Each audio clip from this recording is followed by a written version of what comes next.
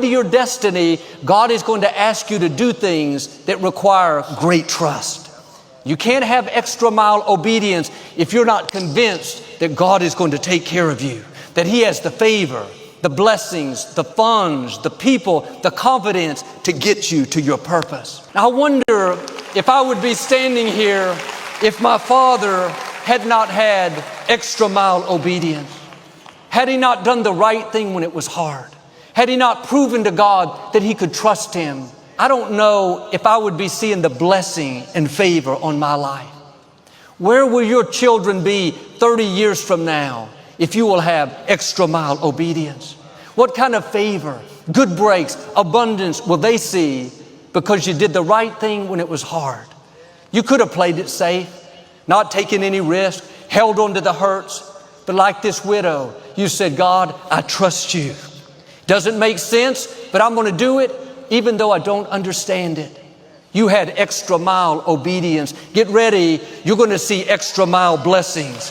Blessings that not only catapult you ahead, but your children and grandchildren will be better off. They'll walk in favor and blessings because of you.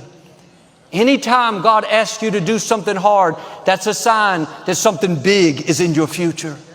The widow went from getting by each day, having just enough to survive, to having abundance, provision that never ran out. Don't put off the hard thing. God wouldn't be asking you to do it if He didn't have something much better in your future. But sometimes we let fear hold us back. What if I do it, Joel, and it doesn't work out? What if I make the prophet the meal and I starve? What if I give these funds and I can't build my sanctuary? David said, I was young and now I'm old and I've never once seen the righteous forsaken. God is not going to let you down. Don't let fear and doubt keep you from seeing the greatness of our God. He's going to ask you to do things that don't make sense.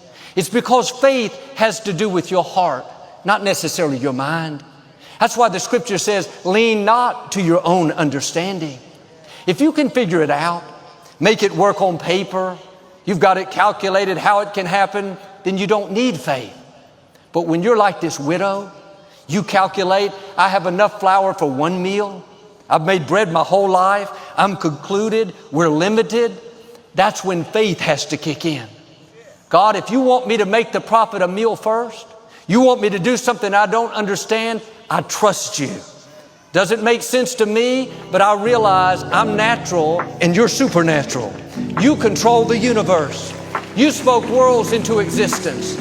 You stopped the sun for Joshua.